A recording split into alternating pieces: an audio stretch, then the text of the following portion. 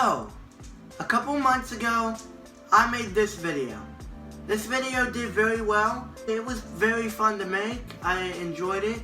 So basically what we did is we compared these three blasters, not this guy, because I did not have this guy back then, but we compared these three drum gun blasters, see which one would stand out on top. And now that I have this one, and I've got some newer models now, I'm gonna do an updated video of this. My opinions might be changed from my last video, so if you don't know what my opinions were on the other video that I made, a video similar to this, check that one out. It's this video. I'm gonna post it on screen, and I'm gonna start doing my videos on widescreen now, because I feel like that is a much better way to do the videos. So my opinions are going to be changed, and you guys might disagree with these picks, and if you disagree, that's okay. If you agree, thank you very much, and I'd recommend you hit like, get subscribed, hit that notification bell. Man, the YouTube algorithm sucks. Like, actually, it's terrible. Without any further ado, let's just jump into it. So our first contestant we got is Search Fire. So I was basically very excited for this when I first found it at a Goodwill. And Goodwills are super fun to go thrifting. And basically, Nerf thrifting is like an adventure through the Nerf hobby, because you'll never know what you'll find when you go Nerf thrifting. With going to retail stores are fun, but I feel like Nerf thrifting is just more fun because it's like a mystery. And I was looking for one of these for a very long time, but I finally found one, and my opinion has changed a bunch on this. I thought it was okay. I did not think it was great, not bad. It was just a very middling blaster. But that plastic quality is pretty terrible. But I know that's because I got it at a Goodwill. If I would have like just got it from Amazon, it'd probably be way better. And this was one of the last Elite blasters. The grip is comfortable, the foregrip is comfortable, but one of the major cons about this is it's a very heavy drum. So the Shockwave, it does kind of have the same drum size, but we'll get to that soon. But this has a tendency to skip shots, especially when it's slam firing. So basically, it's a pump action blaster, holds 15 elite darts, comes with 15 elite darts, but you can get this blaster in a pack where it comes with like multiple darts, but has slam fire, but the drum tends to skip sometimes. I don't really like this as much.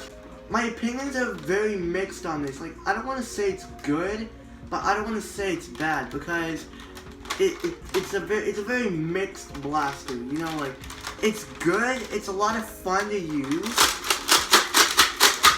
but then again, there's so many better options. You know, like this is when we start to get very controversial about blasters like this. And it only has one tack rail, no barrel attachment, no stock attachment. You know, it's a very basic blaster. So if you don't care about performance and you want an elite blaster, if you want a basic elite drum gun blaster that does not have a whole lot of capacity, and you don't really care about skipping problems, this is a good one. And honestly, there's not really a whole lot of blasters like this that are just basic drum guns, you know, very basic. And I think out of all of these blasters, this is the most basic out of all of them. So yeah, but if you want something that looks way cooler, has more tack rails, but has one feature missing, the Shockwave is another option. This came out 2 years after the Search Fire. The grip is way more comfortable, the foregrip is way more comfortable, at least in my opinion. Oh, I forgot to mention, the pump action on this, a lot of people say it's smooth, and it's kind of smooth for me, but you can hear that plastic quality. You can hear how like just terrible that sounds. You know, like when you're rotating, it just moves. And it doesn't feel all that smooth. It's kind of a good sound. But this basically, like, it just moves and then boom, it rotates in the very back. So it's a way smoother prime.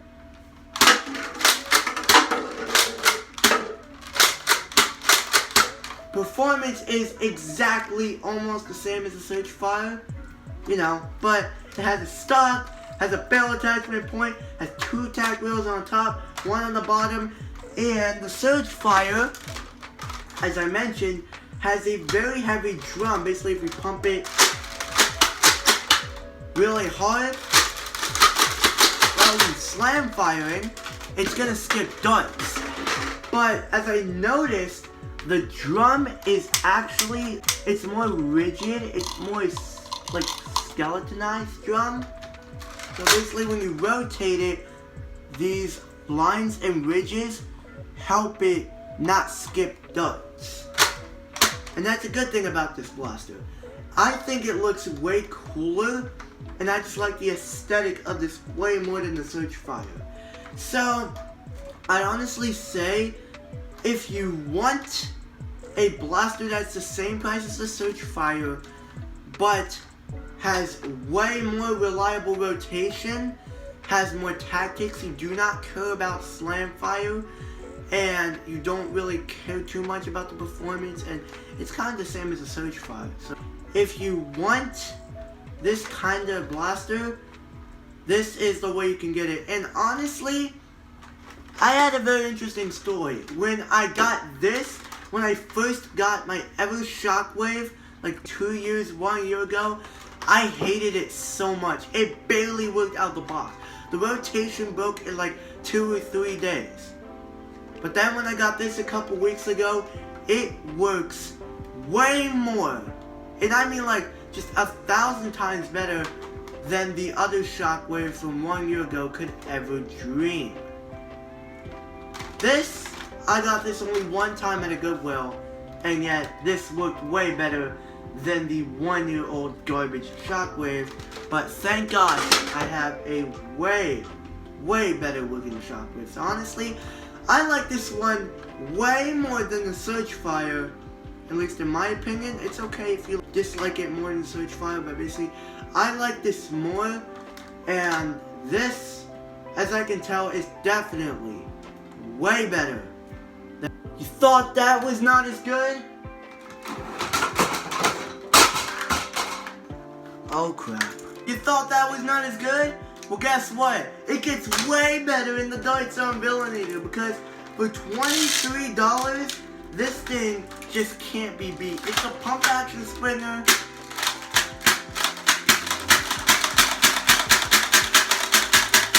Slam fire that does not skip darts from its drum. Just really rapidly fast, good slam fire with high FPS, comes with a removable stock. And the drum, unlike the Surgefire and the Shockwave, which I did not mention, is removable. Surgefire, Shockwave, if you even try to pull it out and remove it, too bad. Can't remove it. But this thing is perfectly 100% removable. So there is actually a way to remove the drum in the Surgefire. So basically, see this hole right here? You basically have to get a screwdriver, or you have to get some that fits in the hole. Just push really hard until you hear a click, and then you pull the drum out. In the Shockwave, there's no hole here, and I don't really see any way you can take this drum out of here, unless if you literally destroy the dang thing like I did in that other video. Please don't destroy your Shockwave. It's not worth it. With no mods out the box. Pump action is way smoother than both. Stock is very comfortable. And did I mention that this thing comes with much better darts? You've probably seen this dart if you at least been nerfing once in your life before. This is the Nerf Elite darts. These are the standard darts that Nerf makes. Honestly, they are fun to shoot if you don't care about accuracy. They shoot further than the waffle head darts, but man, is the accuracy just poor because of these heads. Aerodynamic, not accurate. And they reshelled these darts in the Elite 2.0 line, basically the same darts, but with two different colors. They're practically the same darts, just in different colors. So if you want accuracy, do not pick up these. Pick up darts on waffles or the red diamond darts if you want good accuracy, because darts on waffles and red diamond darts are the darts that Dart Zone makes, at least with their full length blasters, work a heck of a lot better than the Elite darts. I also forgot to mention that the plastic quality of this Shockwave is so freaking solid. It is literally one of the most solidest plastic quality blasters I've ever gotten my hands on.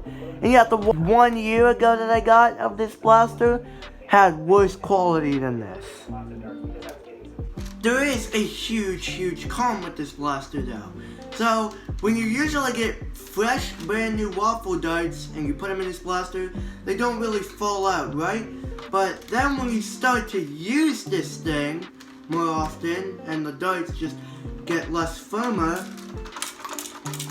they are gonna fall out way easier than they usually should, which is very disappointing. Grip, very comfortable. Foregrip, very comfortable. It does have a giant tactical rail if you want to put Nerf accessories or Dart Zone optics on there. And yeah, I just think if you're looking for a good budget drum springer blaster with slam fire, removable drum, and this drum is very small. Now, it might look big, but compared to drums like the Tomahawk 60, yeah, it's definitely way noticeably small. Here is a Tomahawk 60 drum, and here is a Villainator drum. They are definitely a smaller drum than this. This is a much bigger drum. This holds 60 darts, but it takes up way more space. And then this, you're wondering, how did I get this Shockwave drum removed off even though the other Shockwave I have doesn't even let you pull out the drum? This was from my very old Shockwave video I made a couple months back ago. Here's the video right here if you want to watch it. That video was not a mod. Basically, that Shockwave, that was the Shockwave I got 1 year ago that I told you about, comparing it to the Search Fire. That Shockwave, I didn't even mod it. I just decided to take it apart, you know, take a look at the internals. And I'm glad I did that, because not only I did that, but that also made me the very first person ever on YouTube to have ever got their hands on taking apart an Elite 2.0 Shockwave. Not for modding or not for fixing, just, you know, just taking the thing apart in general. I'm the first person to ever have taken the Nerf Elite 2.0 Shockwave apart on YouTube. That feels awesome. But size comparison, Tomahawk 60 drum, way smaller. Size comparison, the Villainator drum, noticeably smaller. And the very last blaster, quite possibly my favorite blaster in this category, one of my favorite blasters ever released, and one of my favorite blasters in the flywheel category, that is the Dart Zone Tomahawk 60. While the other three are front loaders, this is a double layer drum fed blaster that holds up to 60 darts. It's a semi-auto flywheeler. That grip is quite possibly one of the most comfortable grips yet. And what I really like about this grip is it looks really cool. It has great texture on it, but it doesn't dig into your hand or anything. It's really comfortable, but has great texturing and great decals. Something similar to that is the Hyper Rush 40, which, you know, one of my favorite YouTube nerfing channels just did a Rush 40 video a couple hours ago, which I really enjoyed, but off topic. The grip is really comfortable. The foregrip is super comfortable. If you don't want to hold it like this, you can hold it in the AK style. But hold down the red trigger.